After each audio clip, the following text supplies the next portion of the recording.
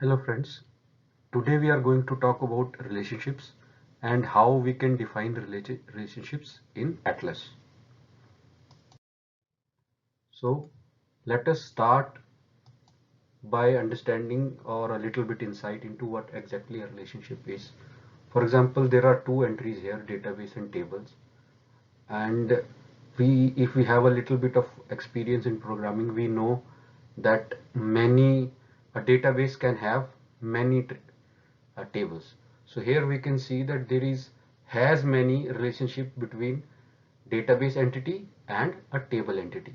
So when we are designing any complicated system, especially a meta system, we will have a big need of such a relationship and capturing those relationships so that we can find out how one entity is actually connected with other. So let us see now what exactly are the things that are provided to us by Atlas in its core definition and from its actual documentation. The screen that you see here is from the documentation itself. So it says that have we have to define each relationship type. We have to each relationship type has to have a unique name. we each relationship type can have attributes, so that's a good part of it. We can define connect certain attributes with the relationship so that we can later use it for uh, capturing or for governance or capturing some details about the relationship. And we can provide the category of the relationship, how the relationship will be propagated over time. And to see how exactly this happens in Atlas, there is an example itself.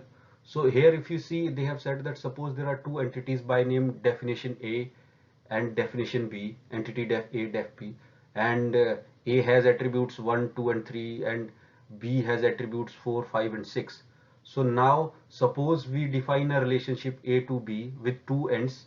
So like let end 1 be type A and end 2 be type B, and we named the one end as attribute 7 and other as attribute 8. So because of this, what will happen when we are trying to create an entity of type entity and entity B, we will see that these attributes that we connected, attribute 7 and attribute 8, are now automatically part of the new types. Like if you when you are populating the entry of type A, so you have to populate attribute 1, 2, 3 and 7 because 7 was inserted into the entry through relationship.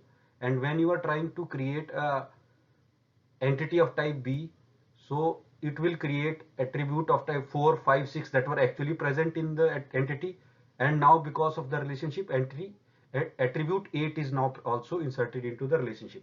So when you are sending data for all the first actual attributes, then you will need to send the data for the attribute which came into the entity through relationship also. And here we can also provide the category of the relationship, whether they are aggregating or not, or we can provide the category other categories of the relationship. So we can provide, it supports all those kind of details. So this is an introductory lecture, so I will not be going much into these kind of details. So now going forward, how you can exactly define a relationship type. This is a dummy, I would say JSON that you are seeing on the screen. For this, here you are specifying a name. Suppose we had T1, T2 entity, so we called it T1 underscore T2. So this is the relationship labels that at various point what you want to show off the relationship. It is T1 dot T2. So we define that end one, end definition one. So the one end of this relationship is connected to type T1 and it will create an attribute of type source in T1, and the other end is connected to an entity of type T2 and it will produce an attribute of type destination in this. So another thing that we can see here is we have shown that cardinality is set here. So a destination can have many sources, like a database could have many tables. Now taking a more relevant example. So before going to the example, at the bottom you can see you can use this typical URL to create this relationship def into the metadata system. So now taking a better example. So this example I have actually taken from the default documentation for Atlas itself. they have, so when you do a quick start, it creates some default populations into the system. And here I have taken this example from there. So here suppose the Hive DB class and Hive table class, these classes are related to each other.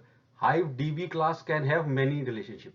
So if you see this uh, relationship here, the DB and the table, they have one to many relationship. And on the left hand side, you can easily see. So we have said that one end of the definition, the type name is Hive table, this Hive table here, and we have introduced a name called DB. So it will become an attribute of Hive table.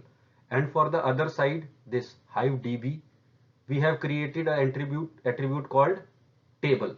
So here, so this, and another thing that you say in the cardinality, we say that it is of type set. So simply meaning that database can have many tables, but it's a set, because set doesn't allow repetition. So it will have only unique entry for each of the tables. So that's how, if you have a complicated diagram for this, you create entities for all the things in the metadata, and for capturing those relationships you have to create relationship types. And this is a very simple way of how you can capture the relationship between all these entries. So as this is a basic 5-minute video, I would not so this is to the level of detail I would like to go. And if you have any further questions or inquiries about this, please let me know. Please like, share, and comment on this video.